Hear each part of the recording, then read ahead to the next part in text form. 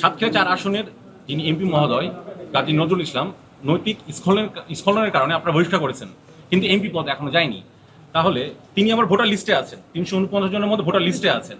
তিনি এখন কি করবেন? ভোট দিতে আমরা প্রশ্নটা বলেন না, আরো অনেকে তো প্রশ্ন ভোট করবেন। দিতে যদি আসেন সেই ক্ষেত্রে জামাতের বাইরে ভোট দিতে পারবেন কিনা, বা 11 দলীয় জোটের বাইরে ভোট দিতে পারবেন কিনা? শোনেন, সচিবালয়ে প্রধানমন্ত্রীর কার্যালয়ে স্ট্যান্ডিং কমিটির মিটিংয়ে বসছেন, এখনো কাকে প্রার্থী দেবেন আমরা বা জাতি জানতে পারে নাই। কারণ ওনাদের মধ্যে প্রার্থী বাছাইয়ের যে সংকট আমরা লক্ষ্য করছি, এই যে দৈন্যতার জায়গায় যোগ্য প্রার্থী দিতে না পারা, সে জায়গা থেকেও আমরা আশা করতে পারি যে কর্নেল হিসাবে যোগ্য উনি সবার সামনে জাতির সামনে এসেছেন। আর একটা বিষয় আমরা প্রতিবাদও করতে চাই, সচিবালয় হলো একটা নির্বাহী জায়গা, এখানে রাজনৈতিক দলের শীর্ষ বৈঠক হবে, শীর্ষ ফোরামের বৈঠক হবে, এটা অতীত রেকর্ড আমাদের জানা নেই। তাই এই যে কাজটি ওনারা করছেন, তাহলে ওনারা গণতন্ত্রকে কিভাবে দেখেন? আমার দলের মতো হলে গণতন্ত্র, নাইলে আমি স্বৈরতন্ত্র। 5 মাস বা 6 মাসের কার্যক্রম, অতীত থেকে কোনো পরিবর্তন নাই, ওনাদের মহাসচিব বলে দিয়েছেন। তা আমাদের আর নতুন করে বক্তব্য দরকার নেই। মহাসচিবের বক্তব্য, ফখরুল সাহেব যেটা বক্তব্য দিয়েছেন, মাননীয় মন্ত্রী, দলের মহাসচিব, এটাই জাতি জেনে গেছে। বোঝা যাচ্ছে যে ওনারা আসলে পরিবর্তন চান না বলেই পরিবর্তন হচ্ছে না। পরিবর্তন যদি ওনারা চাইতেন তাহলে সংসদের প্রথম শপথের দিন ওনারা সাংবিধানিক পরিষদের, সংস্কার পরিষদের শপথ দিতেন, অধিবেশন ডাকতেন, এর মধ্যে এটা সংস্কারের মধ্যে গণভোটের একটা বাস্তবায়ন হতো। তা আমরা এখন আশাবাদী হতে চাই। পার্লামেন্টও আমাদের সংসদ সদস্যরা বারবার উঠিয়েছে, রাজপথেও আমরা ভূমিকা রাখছি, আন্দোলন কর্মসূচি অব্যাহত রয়েছে। আপনারা জানেন ওনারা যাতে সংসদে অতি দ্রুততম সময়ের মধ্যে এই কাজটা করেন, অর্থাৎ গণভোটের রায়টা কার্যকর করেন, সেই সময়টা এখনও আছে। তাইলে ওনারা ইতিহাসে স্মরণীয় হয়ে থাকবে।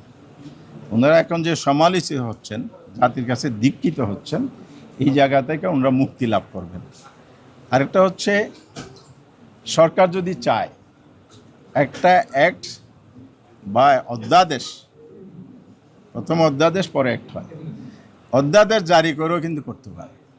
পার্লামেন্ট যেহেতু এখন নাই, তাহলে অনেক অধ্যাদেশ ওনারা ইতিমধ্যে জারি করেছে। তার সাথে যদি বলতো সবাই মিলে যখন একমত হয়েছে একটা অধ্যাদেশ জারি করে দিই, বাংলাদেশের গণতন্ত্র উচ্চ পর্যায় থেকে চর্চা শুরু হোক, ওনারা এটা করার সুযোগ আছে, করলেন। তা আমরা আজকে এখানে আপনাদের সামনে এই কয়েকটা বিষয় তুলে ধরলাম। আপনাদেরকে ধন্যবাদ জানাচ্ছি যে আপনারা এসেছেন আমাদের নিউজ কভারের জন্য, ধৈর্য ধরে শুনেছেন, এই জন্য সবাইকে ধন্যবাদ দিয়ে আগামী দিনে সহযোগিতা কামনা করে আমার কথা শেষ।